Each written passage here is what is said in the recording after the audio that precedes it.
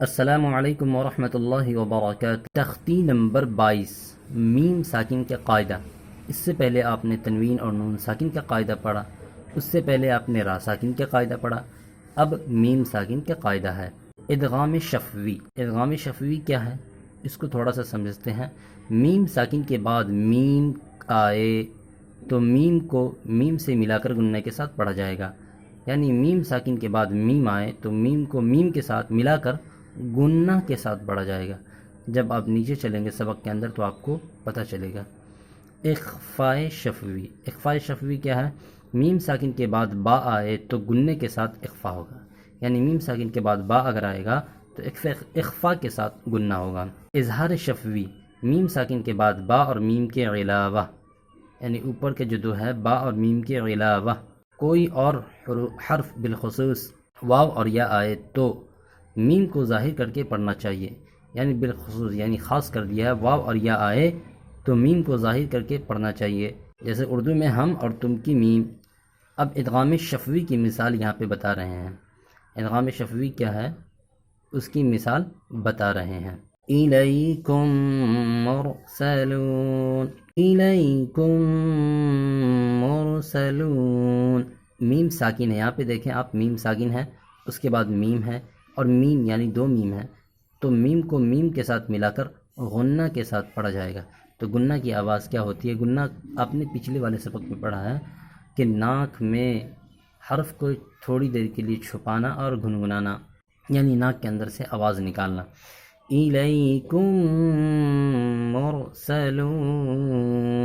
لہم ما یشاءون۔ دیکھ رہے ہیں نا آپ؟ فی قلوبہم مرض فہم معرضون۔ یہ اخفاء شفوی کی مثال تھی، ادغام شفوی کی مثالیں تھی، اور اس طرح کی بہت ساری مثالیں ہیں جو آپ خود سے بنا سکتے ہیں۔ اب اخفاء شفوی۔ اخفاء شفوی ان ربہم بہم۔ کیا آپ نے پڑھا پیچھے قاعدہ کہ میم ساکن کے بعد با آئے تو گنہ کے ساتھ اخفاء ہوگا، تو میم ساکن ہے اور یہاں پہ با ہے تو یہ گنہ کے ساتھ ان کو ہم پڑھیں گے اخفاء۔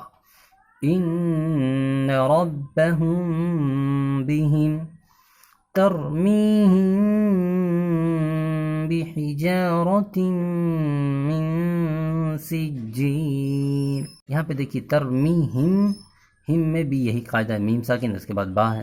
وما ہم بمؤمنین، یہاں دیکھیے ہے بھی وہی ہے۔ فبشرہم بعذاب علیم، یعنی کچھ قرآن کی آیتیں ہیں اس کے اندر، یعنی یہ سمجھیے کہ تھوڑا تھوڑا جز ہے۔ تو آپ نے اس میں غور کر لیا کہ اخفاء شفوی سمجھ میں آ گیا کہ میم ساکین کے بعد با آئے تو اس با کو تھوڑی دیر کے لیے ناک میں چھپانا ہوگا۔ اظہار شفوی۔ اظہار شفوی میں آپ نے پڑھا ہے کہ میم ساکن کے بعد با اور میم کے علاوہ کوئی اور حرف بالخصوص واو اور فا آئے تو میم کو ظاہر کر کے پڑھنا چاہیے، واو اور فا آئے تو میم کو ظاہر کر کے پڑھنا چاہیے، جیسے ہم فیہا۔ ہم فیہا اگر بولیں گے تو غلط ہو جائے گا، تو کیا بولیں گے؟ ہم فیہا۔